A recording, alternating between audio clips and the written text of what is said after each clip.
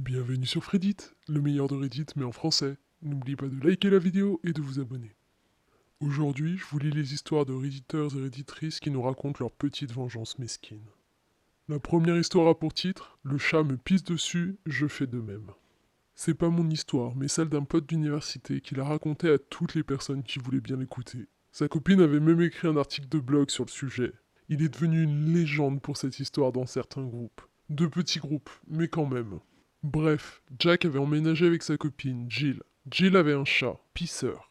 Pisseur n'était pas très heureux de devoir partager sa maison, et encore moins sa maîtresse, avec un autre mâle. C'était le territoire de Pisseur, non mais oh. Il avait décidé de partir en guerre et de se débarrasser de cet usurpateur pour toujours. Le règne de la terreur de Pisseur a commencé par des feulements, puis il est passé aux embuscades nocturnes, et enfin, Pisseur s'est mis à faire ce que Pisseur faisait de mieux. De partout sur les affaires de Jack. Ses fringues, son sac, ses chaussures, sa jambe. Une nuit, Jack se lève et titube aux toilettes, après quelques bières de trop plus tôt dans la soirée. Il a les yeux qui collent, mais il y voit suffisamment clair pour distinguer avec horreur la forme de Pisseur qui s'approche de son mollet. Les fesses en avant, la queue relevée et frétillante, comme lorsqu'il s'apprête à envoyer son jet immonde en plein sur sa cible. Après avoir passé l'après-midi à relaver tout son linge à cause de Pisseur, et la soirée à s'en plaindre à ses potes autour de quelques bières, Jack réagit à l'instinct. Il assure qu'il n'a pas eu le temps de réfléchir à ce qu'il faisait. Il s'est tourné et il a pissé sur le chat. Pisseur a immédiatement reconnu la défaite et s'est enfui de la salle de bain. Il n'a plus jamais défié l'honneur de l'alpha de la maison. C'est ainsi que la guerre des mâles de Jill s'est achevée par la plus mesquine des vengeances.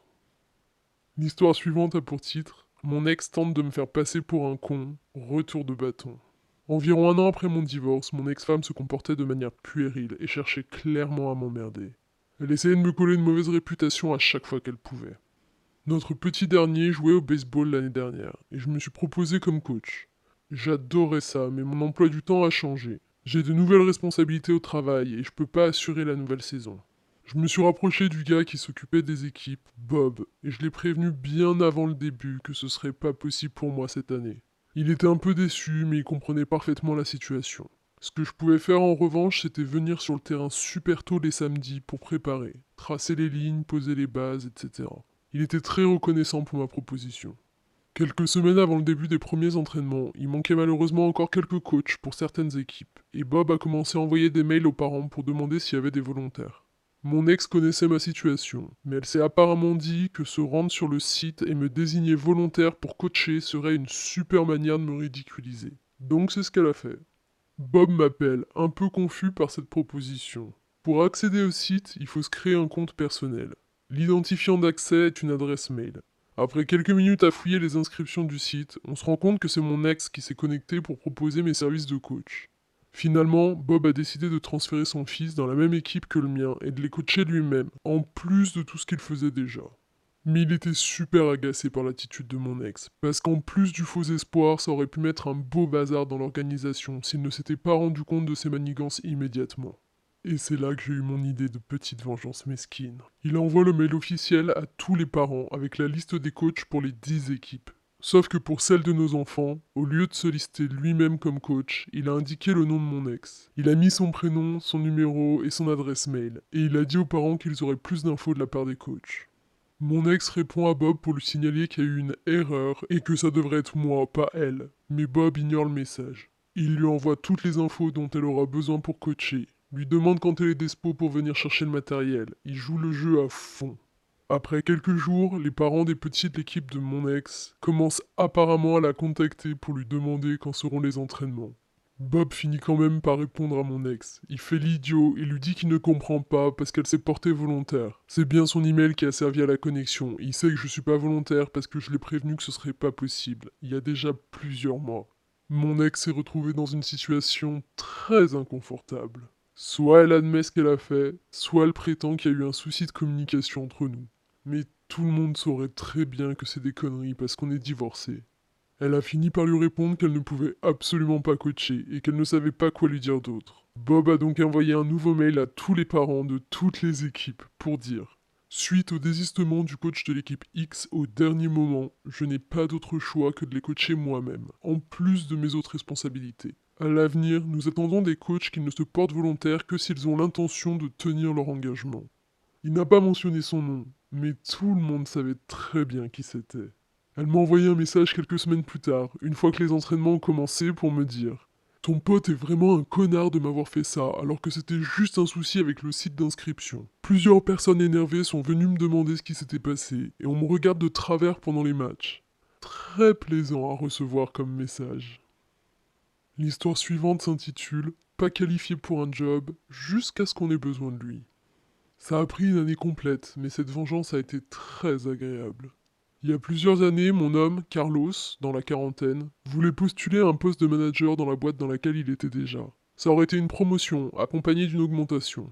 Le responsable du service qui recrutait, Tom, lui a dit de ne pas postuler parce qu'il n'avait pas les qualifications requises. Pour info, Carlos avait les mêmes qualifications que la personne qui quittait ce poste. Mais il avait aussi empêché Tom d'utiliser des fonds de l'entreprise de manière illégale. L'audace de mon homme de lui dire non. Quand Tom a tenté de faire quand même ce qu'il voulait, le chef d'entreprise s'est rangé du côté de Carlos et a aussi dit à Tom que c'était illégal. Bref, mon mec a pas eu le job. Et un jour, un an plus tard, la personne qui a été recrutée pour le poste a eu un arrêt maladie de 3-4 mois. Pendant une grosse réunion à laquelle participaient Carlos et Tom, Tom annonce que Carlos pourrait simplement faire le taf pendant cette absence prolongée. Et devant tous les grands pontes de l'entreprise, Carlos a répondu avec le plus grand calme. Tu m'as dit il y a un an que j'avais pas les qualifications pour ce job et que ça servait à rien que je postule parce que tu me recruterais pas. Mais si tu penses maintenant que j'ai les compétences, je serais ravi de faire ce travail pour le salaire correspondant. Silence dans la pièce. Le chef de Tom lui a demandé: T'as vraiment dit ça? Pour info, c'est illégal chez nous. Et quand Tom s'est mis à bafouiller ce qu'il pouvait, reconnaissant plus ou moins que c'était vrai, son chef l'a coupé net avant qu'il puisse s'incriminer encore plus et lui a dit: On en discutera plus tard. En attendant, tu t'occuperas de faire le travail de ton employé en arrêt pendant les 3-4 prochains mois. Quand tout le monde a quitté la réunion, la chef de mon mec lui a dit qu'elle avait dû se retenir de toutes ses forces pour pas exploser de rire quand elle a vu la tronche de Tom, et qu'elle donnerait cher pour voir comment se déroulerait la réunion suivante entre Tom et son chef. L'histoire suivante a pour titre Déménageur malhonnête. C'est arrivé hier à mes voisins. Ils ont acheté la maison d'à côté il y a quelques semaines, et aujourd'hui des déménageurs sont arrivés pour décharger le camion qui contenait toutes leurs affaires. L'énorme camion est arrivé et s'est garé devant leur garage. Quand les déménageurs ont ouvert le camion et regardé ce qu'il y avait dedans, ils ont dit à mon voisin qu'il devrait payer 400 $ de plus à cause de la quantité d'affaires, et que ça prendrait 2 heures de plus que prévu. Mon voisin a commencé par refuser, mais les déménageurs ont dit que s'il ne payait pas, il partirait. Mon voisin n'avait pas le choix, on était à la limite de l'extorsion, mais il a fini par payer. Les déménageurs lui ont demandé d'ouvrir le garage parce que c'était plus simple pour accéder à la maison. Il y avait une voiture garée dedans et ils ont demandé à ce qu'elle soit déplacée, et mon voisin s'en est occupé. Le camion s'est avancé, les déménageurs ont commencé à bosser, et en 1 heure, toutes les affaires étaient à l'intérieur. Mais mon voisin avait pris soin de garer la voiture juste derrière le camion, l'empêchant de repartir. Les déménageurs lui ont demandé de la bouger, mais il a dit que sa femme avait les clés et qu'elle n'était pas là. Elle serait de retour dans 2 heures, puisque c'est le délai qu'il lui avait donné à la base. Quand ils ont commencé à se plaindre, il a répondu qu'il payait de toute manière pour 2 heures de plus, donc il ne voyait pas le problème. 2 heures plus tard, sa femme sort de la maison et déplace la voiture pour qu'il puisse repartir. L'histoire suivante a pour titre Ils annulent notre contrat et se retrouvent en tête des résultats Google. Mon petit frère s'est marié il y a 12 ans. La cérémonie et la réception avaient lieu dans une jolie ferme à la campagne. Mon père voulait faire quelque chose d'original pour le cadeau de mariage. Et au lieu de louer plusieurs jolies voitures pour les déplacements des mariés pendant la journée, il louerait un hélicoptère pour emmener la mariée et son père de notre maison, elle se préparait chez nous le matin, à la ferme où aurait lieu le mariage. Après la cérémonie, les jeunes mariés et la famille proche de chaque côté auraient chacun droit à un tour d'hélico de 10 minutes. Donc on a commencé à chercher une entreprise qui proposait ce genre de service. On en a trouvé une, ils sont venus voir la maison de mes parents pour vérifier qu'ils pouvaient atterrir et décoller. Il y a plusieurs hectares de terrain. Et ils font pareil vers la ferme. Ils nous confirment que tout est ok, mon père signe le contrat et paye 50% du total. 3 semaines avant le mariage, l'entreprise nous rappelle et nous dit que c'est pas possible d'atterrir et de décoller, ni de chez mes parents, ni du lieu de réception. Qu'ils annulent la prestation et qu'ils nous rembourseront à la fin du mois. Mon père a pété un câble et a réussi à obtenir son remboursement avant la fin de la journée.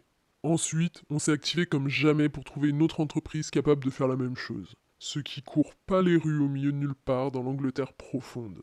Après quelques jours de panique, on trouve notre bonheur, pour moins cher et avec des personnes bien plus sympas que dans la première entreprise.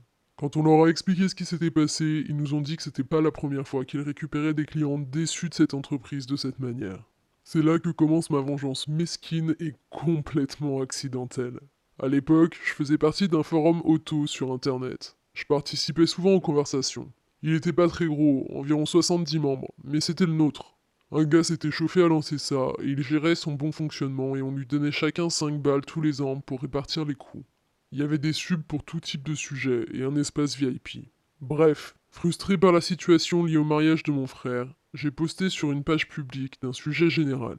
J'ai expliqué ce qui s'était passé dans un post intitulé Elitour X est une bande de connards. J'ai rien écrit qui soit faux, mais j'ai énormément insisté sur le stress que ça nous a causé à quelques semaines du mariage. Bien sûr, tous les membres du forum m'ont apporté leur soutien, jusqu'à ce que l'un d'eux décide qu'il serait marrant de commencer tous les posts par Quoi? Elitour X est une bande de connards? Et tout le monde s'est mis à le faire. En 2 jours, les recherches sur Google pour Elitour X donnaient en premier résultat un lien intitulé Elitour X est une bande de connards qui pointait vers mon post. Un jour, un dirigeant de l'entreprise a envoyé un mail au forum pour demander à ce que le post soit retiré, parce que ça faisait du tort à leur réputation. Dave, l'administrateur, lui a répondu que s'il ne fournissait pas de preuves que mon récit était faux, le post resterait là où il était.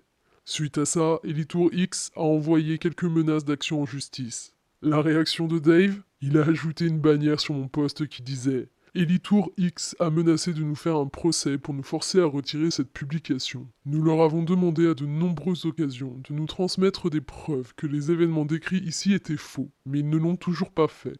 Jusqu'à ce qu'ils nous envoient des preuves, cette publication restera en ligne et peut être considérée comme un témoignage fidèle de la manière dont un de nos membres a été traité par Elitour X. C'est tout pour aujourd'hui, j'espère que ces histoires vous ont plu. N'oubliez pas de vous abonner et d'activer les notifications pour être prévenu de toutes les nouvelles vidéos Fredit.